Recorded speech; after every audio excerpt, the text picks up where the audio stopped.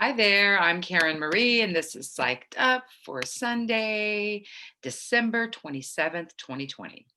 So, today I'm going to talk about the transits for the week. I'm also going to dip into January's transits and give you the highlights that's going on in January, and then just sort of a feel for the year to come with a couple of the major players that are going on. So, I want to start by reminding everyone that I am offering a special pricing for my psychic readings, actually, all my services for the month of December. So we have a few more days to take advantage of that. If you will schedule your appointment by this Thursday, you can schedule it into the first week in January, but it needs to be on the books and on the calendar. And you have to have contacted me by this Thursday, December 31st, to get this special rate. So I'll put my email um, in the information below this video, so you can contact me at my email to schedule an appointment. And I am scheduling both telephone and Zoom appointments for private sessions. So I'm going to start by talking about the sun, which today, right now, is at 6 degrees of Capricorn. So we have had huge, more than we desire doses of Capricorn this year. The stellium is three or more planets of Pluto, Saturn, and Jupiter. Those three outer planets have been together in the skies in Capricorn all year long. They are responsible for 2020, the way it has shown up by and large, for the most part. We also have Uranus shaking things up, and Mars has been a player as well. But Capricorn is an earth sign. It's our stuff, our institutions, our governments. And so Pluto is death and transformation. It has been transforming these institutions. Capricorn also represents the male patriarchy. It can represent dads and bosses. So I've grown up with the male female paradigms being out of whack and out of balance. The male has dominated. I grew up feeling that men had the power and women were less than. And so I believe that the stellium in Capricorn and Pluto, they're transforming everything there, is bringing about the balance between the divine feminine and the divine masculine on the planet. And in order to do so, it has to tear down some of the institutions and structures and the way we formed our lives that have not worked and are not working for the whole of humanity on this planet right now, or the earth itself, or the living beings on this planet. We can make a long list, right? So also in that picture was Saturn. Saturn's our rules and how we form things, how we structure things, how we hold things together, our boundaries. And so Saturn in Capricorn is definitely these old institutions and old ways of doing things. Jupiter represents knowledge and expansion. It expands things. So with these two buying, with Saturn and Pluto and Jupiter all in the mix, it was just this expansive dose of male patriarchy and institutions and things that don't work for us all being shut down and locked down and brought to its knees. Pluto's going to stay in these later degrees of Capricorn. Right now, today, it is at 24 degrees. It just went to 24. It's been at 23 for a long time.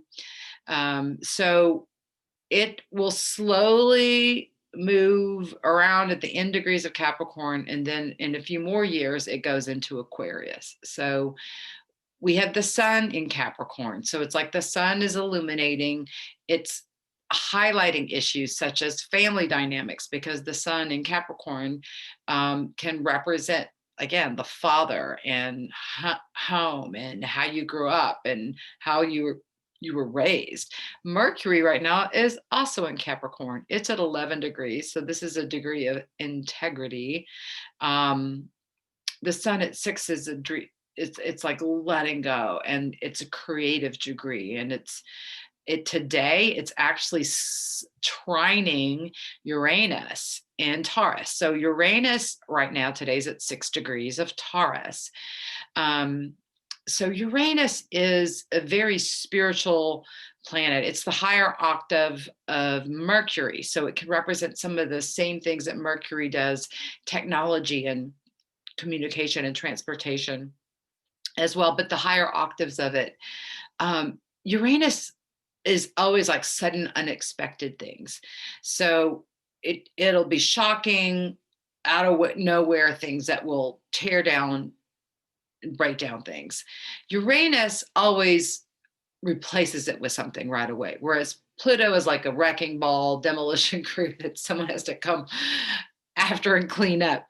Uranus sort of knocks things down and then creates a better thing in its place. It's almost like a Robin Hood kind of a planet.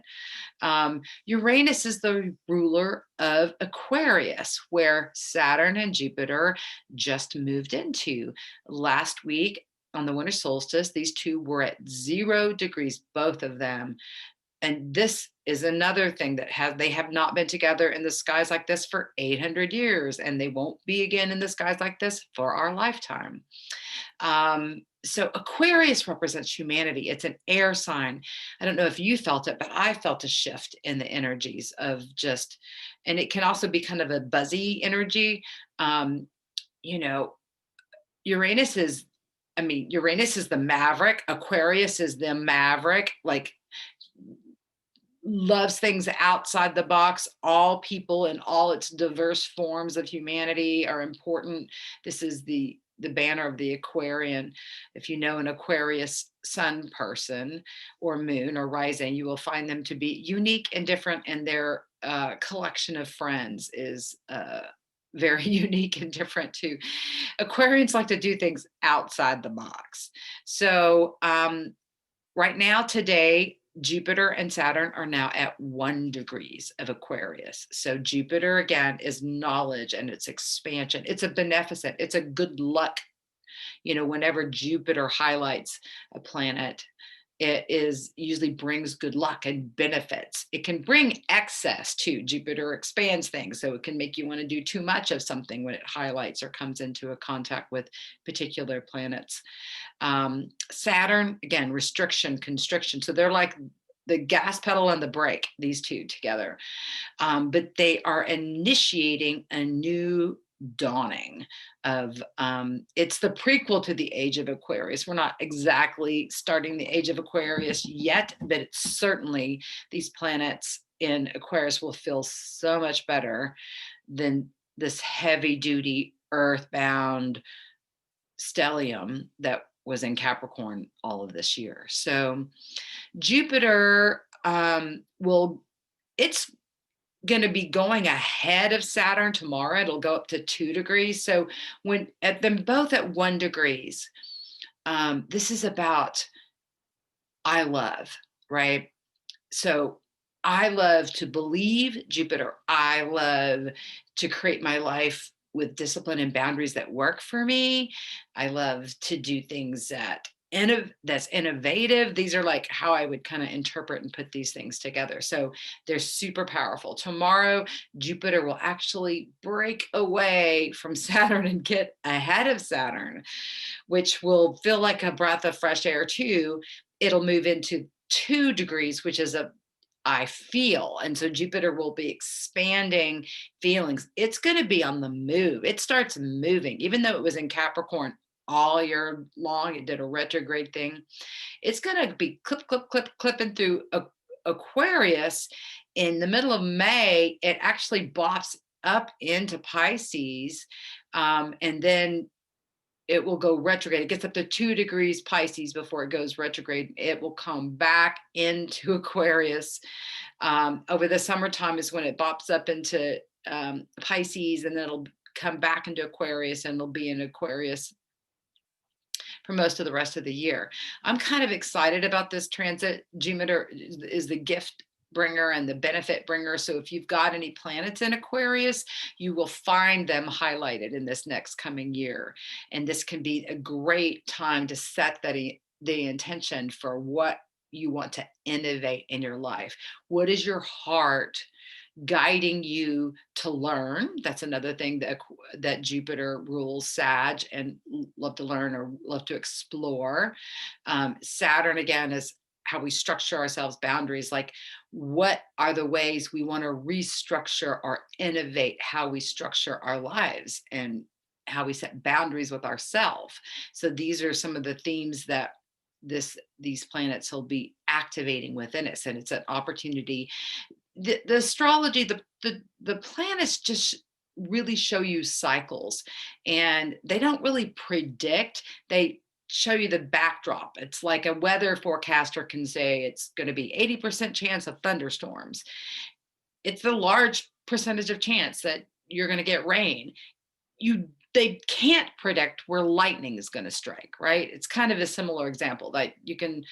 And Uranus, both of these planets in Aquarius, it's ruled by Uranus, can bring up sudden unexpected things, sudden unexpected ahas of knowledge, sudden unexpected things where restructuring of your life happens, right? In all sorts of ways. And then where this shows up for you in your um, you know, around your natal chart will indicate specific areas. For example, for me, I'm a Libra rising.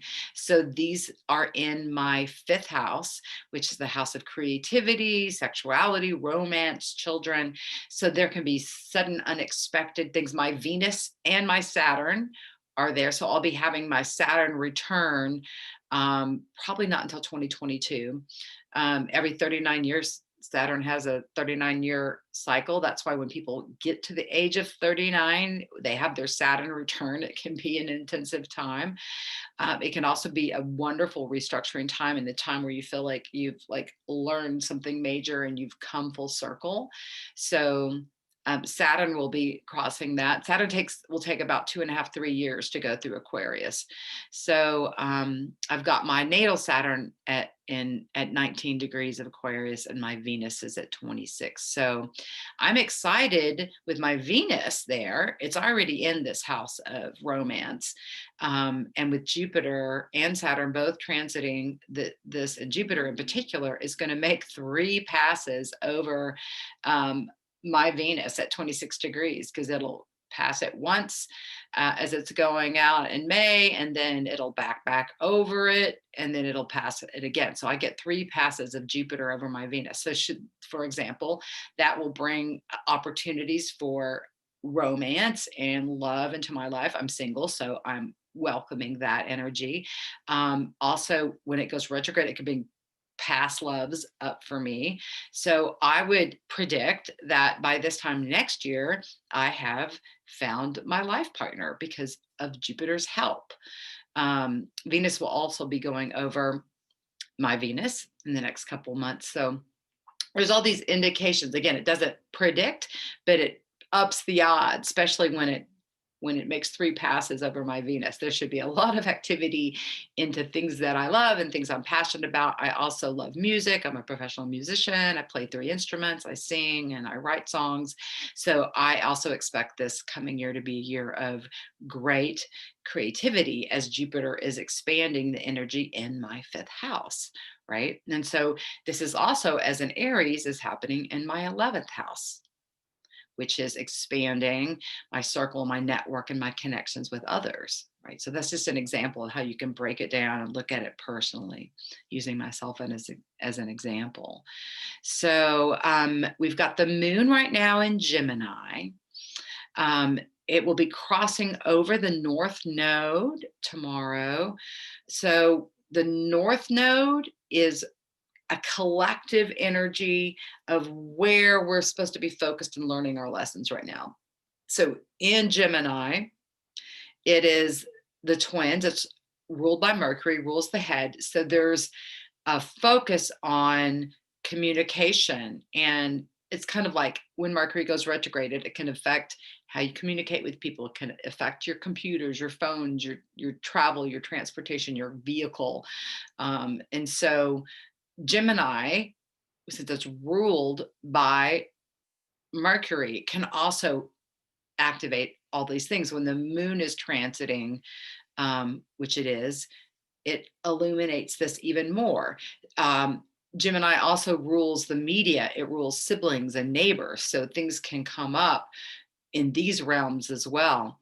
So we're all being asked to rethink what we believe about ourselves. That's kind of what I think, because the South Node is in Sag. It's our belief systems, what we believe. The South Node is collectively what we're releasing, letting go of. We're releasing beliefs about ourselves that haven't worked, beliefs about our government that's not true, beliefs about other things. So the North Node in Gemini is ruling communication. It's Gemini's the twins as well. It's a Jekyll Hyde. Like right now, we have two different media sources that are saying completely different things from each other. It's kind of hard to know who to trust and what to trust. We don't know what to believe from one day to the next. The news is just bopping around different things. So this is asking us to go within and listen to your intuition, right? And that's what I believe, that everyone has intuitive abilities, that psychic abilities is not really that extraordinary. It's really more ordinary. It's kind of like it's as easy to find someone who's very highly sensitive psychically as it is to find a musician. And I live in Austin, Texas, and that's super easy to do. So we all have intuitive abilities. And for some of us, the volume is just turned up really loud. And for others, the volume is turned down or off. It's just like anybody could learn how to play an instrument or beat a drum or write a song.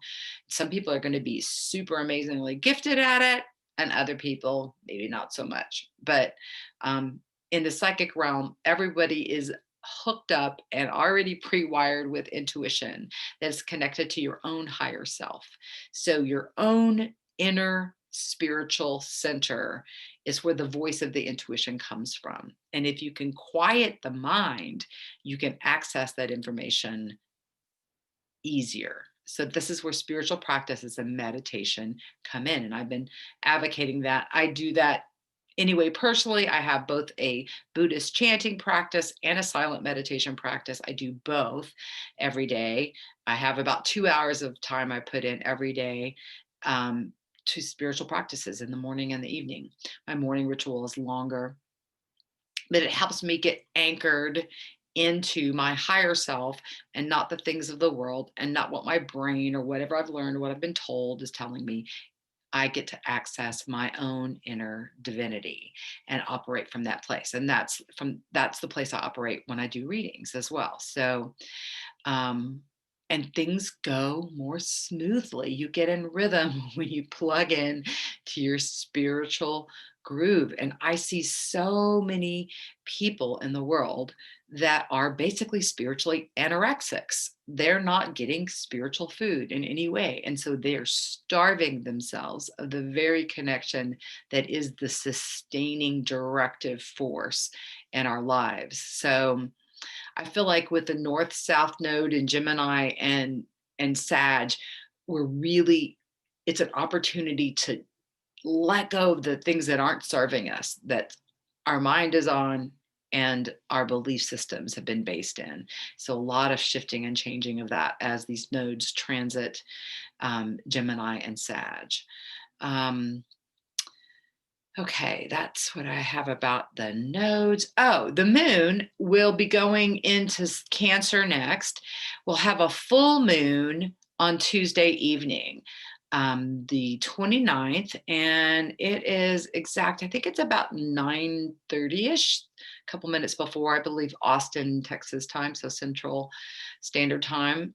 You can check for the time in your area, but full moons are culminations, there are completion points. It's where things come to their fullness. It also is a time for releasing and letting go, and it can often be a time of ending. It's an end of a cycle, right? And then it begins moving towards the new moon, which is the beginning of a new cycle. So it's good time to release things that don't serve you. In Cancer, now the moon is ruled by Cancer, so it's in its home sign in a full moon in Cancer. And Cancer full moons can be very emotional, since the moon pulls out, full moons can pull out deep feelings anyway, and especially when the moon's in water signs, and particularly when it is in its home sign. So you might find, and we can start feeling the full moon ahead of time. We can feel it afterwards. I often have difficulty sleeping around the full moon personally, because things are just brought to heightened awareness. Intuition is heightened. The moon is one of the indicators in a chart about your intuition and your inner voice. So you can have great psychic downloads. You can have really vivid dreams under the full moon. You can get clarity and insights. Secrets can be revealed. The light is shown into the darkness. And so this is the themes that I feel coming up with the Cancer full moon on Tuesday. The sun, it'll be at 8 degrees of Cancer. The sun will be at 8 degrees of Capricorn.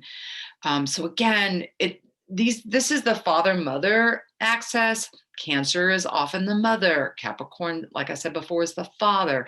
So it could also bring up issues about parenting, your childhood home, and situations and emotions. So all of a sudden you may be feeling sad about something that happened in your childhood, can just kind of bubble up with the full moon in Cancer. So just be aware of that. And also there's a reason that people use the word lunatic on full moons, because it really brings out those that are where the veil is thin. Yes, they can be acting out in all kinds of interesting ways. Let's see, what next? I've talked about Mercury's in Capricorn at 11 degrees. It's the degree of integrity.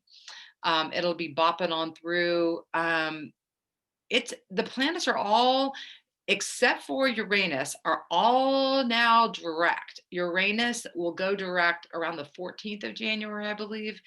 And so then for a couple of weeks, we'll have all the planets go direct. At the end of January, we have Mercury going retrograde. I think it goes retrograde like on the 31st of January. So we have a couple weeks of a breather in there with all the planets going direct. And right now they're all moving direct except for Uranus.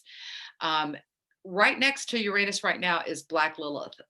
She's at 7 degrees of Taurus. So Black Lilith represents our deepest fears, and fears are false evidence that appear real. It doesn't mean things are really going to happen. It brings up the fear of something happening. And with it 1 degree off of Uranus, and it's just been conjunct Uranus, so you may be having all of a sudden fears come up that have been primal fears.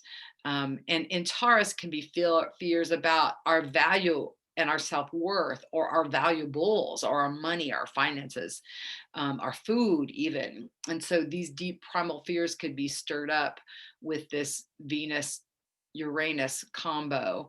But it's always an opportunity when we have something revealed to us from deep inside, a woundedness or a fear or a doubt or a worry. It's an opportunity to bring it to the light, let it go, and heal it.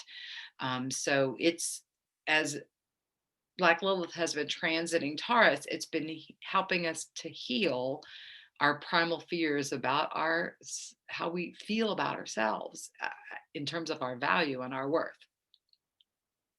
Okay, we have Chiron at 5 degrees of Aries, and 5 is like the thinking, the brain, the mind. It's a very Gemini kind of a degree as well, and it's healing. Chiron is the wounded healer, and it represents in a natal chart areas where we will have felt wounded as a child, and it's a place of wounding that's carried over. Black Lilith is the same, carried over from past lives. It's not just this lifetime that you've had these fears, and not just this lifetime that you felt wounded in these ways, but it'll show up. The glyph for Chiron looks like a key, so it is a key in the area that we may have had the greatest wounding. When we heal that area, and I believe we're all here to heal our debris from multiple lifetimes, once we heal it, that becomes a place of great strength instead of a weakness and a place where we get triggered, right? So the transiting Chiron at 5 degrees of Aries is helping us heal our negative thoughts about ourselves, basically. So we're doing some deep inner work with both Black Lilith and Chiron. In fact, with all the shutdown, that's really what this year has been about. It's about going within and doing inner transformation. It's been an incredible year for me personally in terms of changes I've made within myself and just in my structures and how I do my life. And things I've released and cleared. So it's been a super powerful year for me. I've utilized and I've walked in my talk. I've practiced what I've been preaching all year about doing that work. I've upped my spiritual practices on a regular basis, every day, strong. To sustain me so that I can see exactly what I need to know today. And that's really the best advice that I give every client that'll listen, which is just ask your own higher self, your own intuition, your guides, your angels, your loved ones on the other side, whoever you have the ability to access and get in touch with, what today do I feel guided to do? And if that's too much, what this moment do I feel guided to do? And when you listen to that, ask that question, and then follow that advice, you will be in rhythm for your life. And the universe usually gives you confirmation about the guide, especially if it's specific major deals that you're supposed to be doing. One of the things I do is when I sit down to chant in the morning, I do a quiet meditation first. I write in my journal when I first get up any dreams I've had, anything that's still lingering, gratitudes for the day. And then I do a quiet meditation for about 30 minutes where I just clear out any debris that's in my body before I even get going in my day. Like, what's residue? Am I breathing deeply? Where in my body do I feel tight? What feelings do I feel trapped in my body? And I just work on tapping into the divine energy within me and letting go of thoughts and letting go of tension and letting go. And then I move to, I usually have breakfast while I study the transits for the day. And then I chant for an hour. And when I chant, I have a little pad beside me where I write down the downloads that I get guided to do, from practical to do things around my house for me to people that come on my radar to call, or ideas around my psychic work or music. I just write it all down. And so by the time I'm through with those rituals, I have a clear map for my day.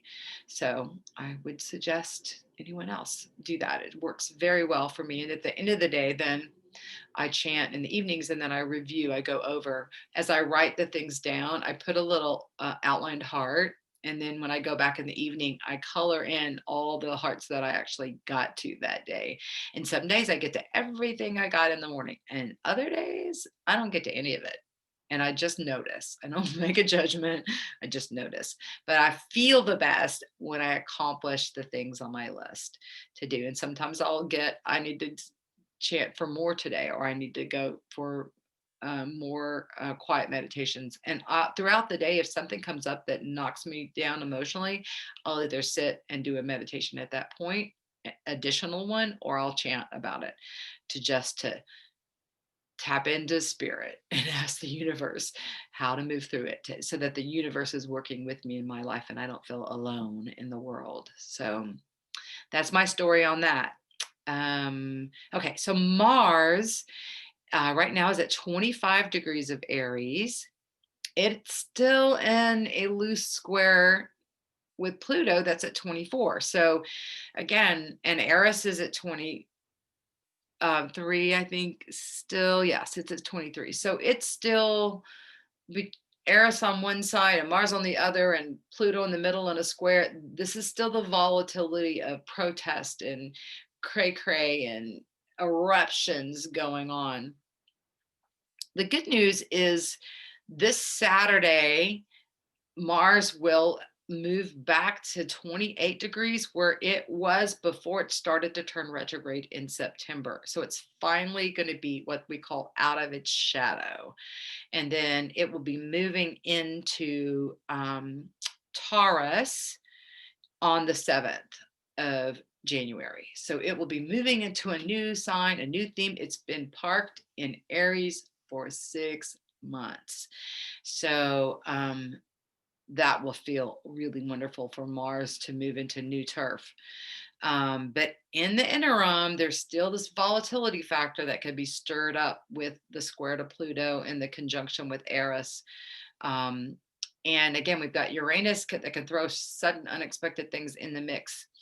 The other thing that will be interesting in January is that Mars will conjunct Uranus, and that happens on Inauguration Day, the 20th. The god of war will be hanging out with the spiritual unexpected guru, uh, of the Great Awakener, is another name for Uranus. And so that should prove to be interesting. There's one of the dynamics that's happening in January. What else do I feel led to talk about? Venus is in Sag. Venus will be squaring Neptune on Wednesday. So this is actually not too bad of a square. A lot of squares are like conflict. Neptune is a very soft, it's Venusian. It's about our loves, our our relationships. And Neptune is a very soft spiritual planet. So when these two square off, you can actually have sudden unexpected like love things come up. You can have sudden expected contact from someone that you've loved in the past. You can have downloads of dreams and visions with Neptune. It's, the ruler of, it's a very spiritual planet. Neptune's in Pisces at 18 degrees. And so there can be actually some breakthroughs. It's kind of can be the hand of the divine reaching in and like giving you information or showing up in some way that feels like, oh, that feels like that's kind of miraculous. That kind of energy is kind of what I'm feeling could happen this week. And again, you can feel transits before and afterwards. It doesn't mean exactly, but it squares Neptune on Wednesday. So the day after the full moon. And then it will conjoin the South Node on Thursday. So again, so Venus, what we love, what we're passionate about, South Nodes, past life stuff. It's our collective karma that we're releasing. So you can have the endings of relationships. You can, again, have someone from your past or a past life kind of just show up somehow in your life. Dreams, visions, contact, text, emails, phone calls, showing up at your door.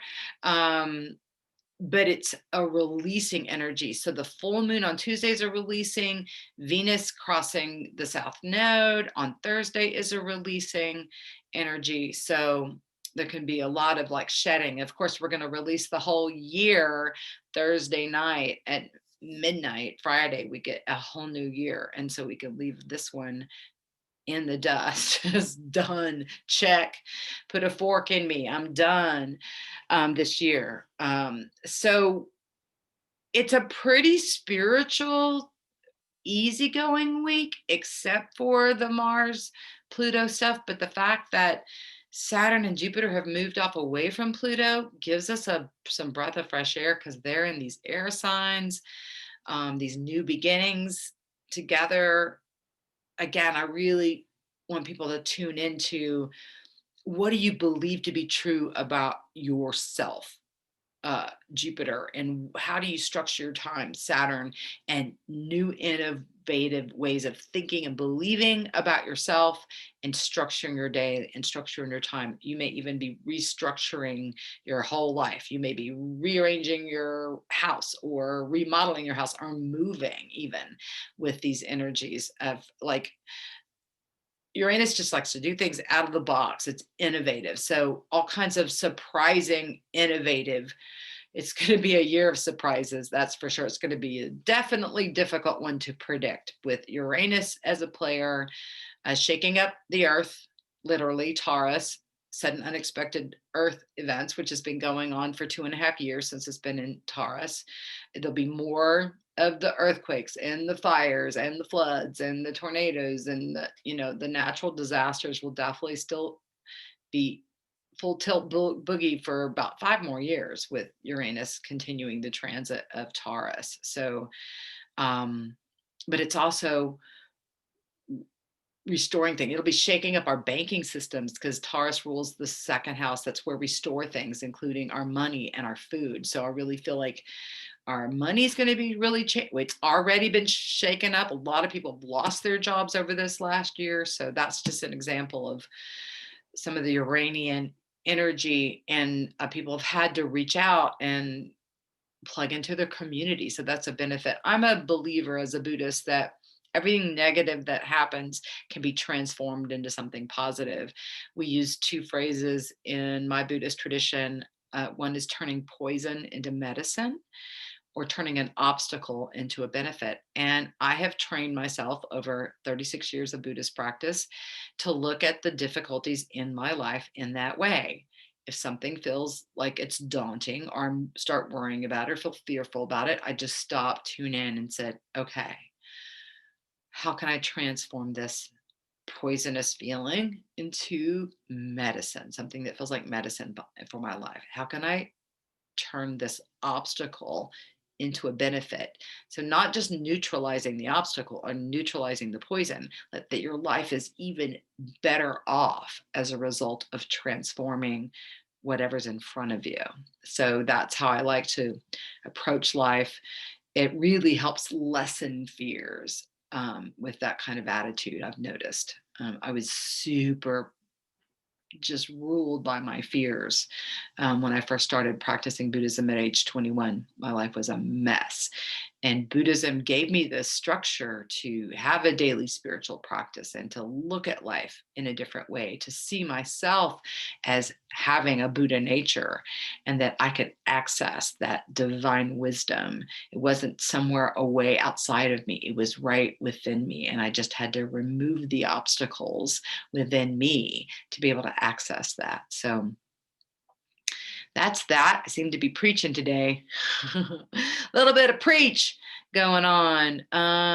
Let's see. I think I've covered all the planets pretty thoroughly, and what I see going up for this week. Let's see what else is coming up in January. Okay, so one of the major things that is going to be going on in the new year is Saturn will be squaring Uranus. It's already starting to come into this activation since it's moved into Aquarius.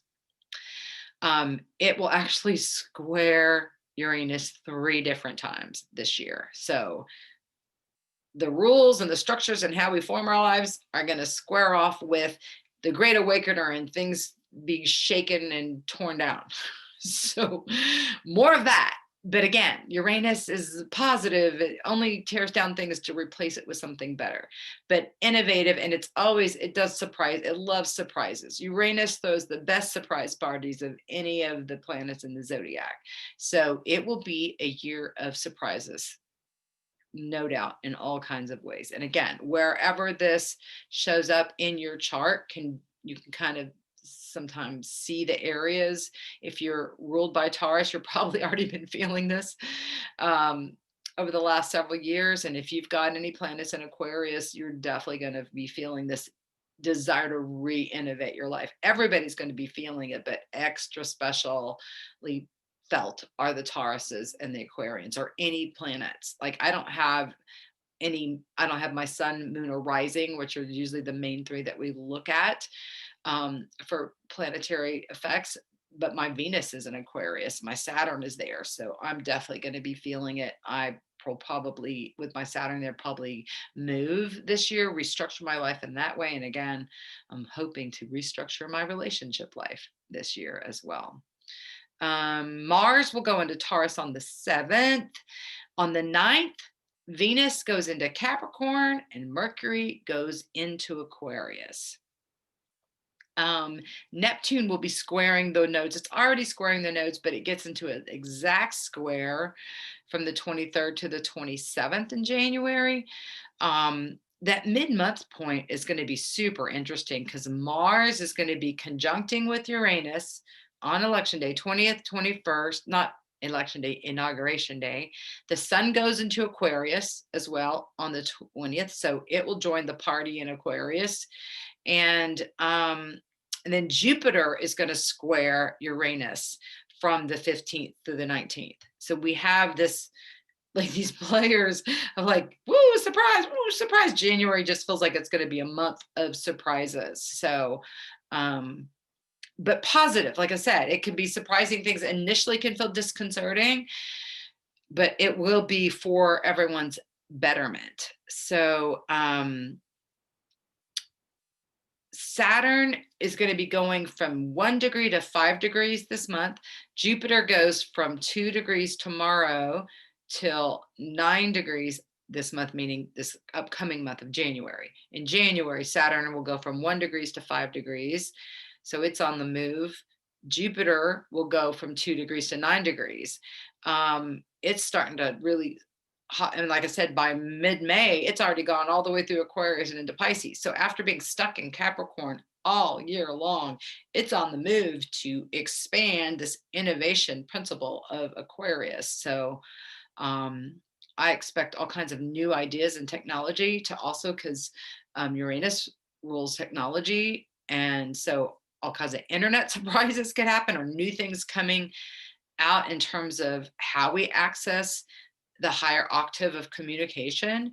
We could even have like communication from extraterrestrials like this. It's just like we can like have. It's going to be an interesting year for sure. Don't I think this year has taught us that we can't hold to things that and believe they're going to last forever, because there's a permanence, an impermanence, I should say, to everything on this planet, right? Welcome to planet Earth. You came here to grow and evolve as a soul. The object is not to amass the most things, the most stuff, the most houses. The object is not to find a soulmate and live happily ever after.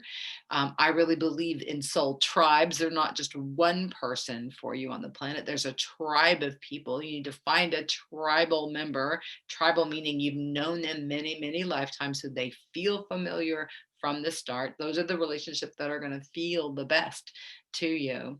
I feel like a lot of people are probably going to be jumping out of relationships. I think a lot of people already did this year, or made the decision to. If they haven't already made the move to end a relationship or get out of it, you've decided you're gonna. And I think that can be a lot of what people are reinventing this year, is how they do relationships. You might find all kinds of people you thought to be straight all of a sudden are fluid, and you can find all kinds of different things happening. Wonderful creative, the artists and the musicians and the writers, I think, are just, this is a wonderful energy for those creative folks. And for those that are not, it's a great time to be able to tap into some of that artistry and to get creative. Start learning a new instrument. Go take an art class. They're probably all online right now. Okay, anything else I need to discuss about January? I think I've covered all the basics that are coming up. So I hope you guys have a wonderful time. Like, the moon will be going into Leo for the first day of the new year. So that's going to be like a celebratory party. Even if your parties are happening on social media, my kids couldn't connect for Christmas this year, so they were like playing games with each other online. That was kind of fun to listen to them doing that. So yeah, lots more meetings on Zoom for sure. Don't ask me about when COVID is going to go away. I mean, I feel like it's here for a few more months, at least into the middle of the summer. I think we'll be dealing with this new paradigm of wearing masks for some time to come, or at least large portions of the population will continue to be masking up and hand sanitizing and all that kind of stuff. I believe that care for our health will continue. And I do feel the numbers will probably keep going up for the deaths over the next few months. And then I think we'll start reaching a plateau and start seeing a decrease in the numbers of people that are getting affected and dying as a result of this disease that's wiping us out on the planet. So, we're here to learn and grow. Mortality rate is 100%. Nobody gets out of here alive. The good news is our soul does keep going on after we put our bodies down. And so I believe that the goal of life on this planet is to learn and evolve as a soul. Like, you start off learning and about life, and then you heal the woundedness that you experience as a child learning about life and a young adult. And then once you have been able to go back and heal your woundedness that's happened in this lifetime, you get to deep in and heal the karmic wounding in past lives. And then once you feel like you've done your work in healing, it's an ongoing process. I posted something on Facebook recently that said you're allowed to be a work in progress, as well as now I forget what it was, something like you can be magnificent and a work in progress at the same time, or words to that effect. So you can be working for the benefit of others, which is the next thing to do when you have worked on healing yourself, is reaching out and helping others, because we're all here on this planet together. And with Saturn and Jupiter moving through Aquarius, we're going to feel that camaraderie of humanity and that we're all one. And that's what's most important, not our stuff, because you can't take your stuff with you. You can take everything your soul has learned and evolved to, that you get to carry with you. Any evolution of spirit, you get to stay sort of at the level of the mastery that you achieved in this lifetime. That's what I believe. And then you come back in at this basically the same level that you went out at. And our fortune or lack thereof that we're born into has a great deal to do with our lifetimes and how we've chosen to live in the past. So the more conscious and present you are, the more powerful you can feel, and the more you can just get that sense of, I'm doing what I came here to do. Like, now I know the mission and purpose of my life. It's to grow spiritually and help others do the same. And to do that with joy, or as much as possible, and love. Come from the place of love, come from what your heart desires. That's the thing about Jupiter moving up to step 2 tomorrow. It's about feeling what you believe to be true. Feeling, is this feel right? Is it really true that this negative thing I've always thought about myself is the truth of me? Or, I just feel like a lot of people are going to be like having aha moments, this great awakener energy with Uranus and the Aquarius energy of like, people are going to be waking up that aren't currently awake. And those of us that are already awake are going to have more to join us. So it can be a big party of awakened people on this planet. So I think that's a good place to end. Good positive note. Thank you all so much for tuning in. I really appreciate, if you're still listening, your long attention. I appreciate all those of you who have subscribed to this YouTube channel. And please, if you haven't already, do so. Share it with your friends, like it, make a comment. If you're watching this because I've posted it on Facebook, repost it yourself. I would love to get the word out. Y'all have a great new year, and I will see you next year. Peace.